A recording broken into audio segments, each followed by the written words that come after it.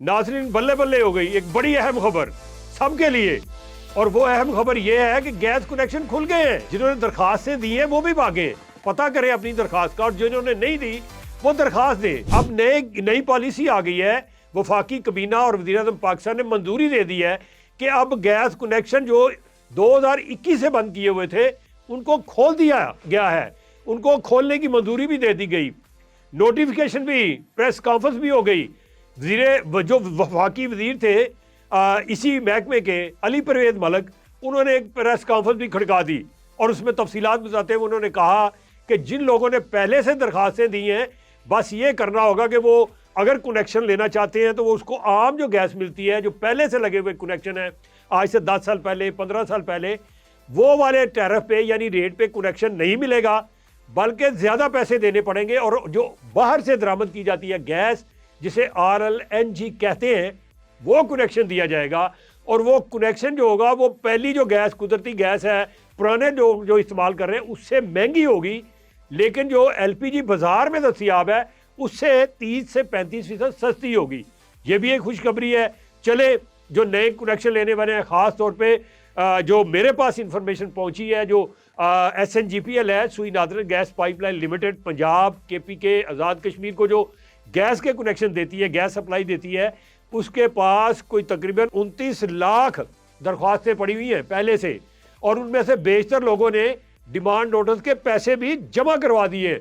और अब देखना यह कि वो दरख्वास्तें ही ट्रीट की जाएंगी, उन्हीं की मंजूरी होगी, या नए सिरे से दरख्वास्तें ली जाएंगी। अब ये जो है, ये को अगले एक हफ्ते के अंदर जो SNGPL है और जो SSGS है वो अपनी पॉलिसी बनाएगा। इसी तरह से सिंध के अंदर जो SSGS है वो सिंध, कोयटा यानी बलोचिस्तान को गैस सप्लाई करती है और बाकी इर्द गिर्द को देती है। उसके पास भी कमोबेश 10 लाख के करीब तो दरख्वास्तें होंगी।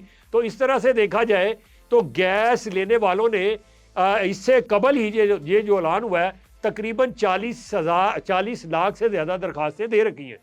अब ये जो नई पॉलिसी आएगी उसमें देखना पड़ेगा कि वही दरख्वास्तें ट्रीट होंगी, दरख्वास्तों को बदला जाएगा, किसी से जो दरख्वास्त देने वाला है उससे रब्ता किया जाएगा, उससे पूछा जाएगा कि ये जो महंगा कनेक्शन है ये लेना है या नहीं लेना। क्योंकि एक ही सूरत है कि अब जो जितने भी कनेक्शन मिलेंगे वो RLNG की बुनियाद पर मिलेंगे, जो बाहर से गैस दरामद की जाती है। यकीनी बात है कि वो जो मुकामी गैस है उससे तो महंगी होगी, बाहर से आती है, किराया पड़ता है, फिर उसको आगे पाइपों में डालते हैं, उसका भी कुछ लेना देना पड़ता है।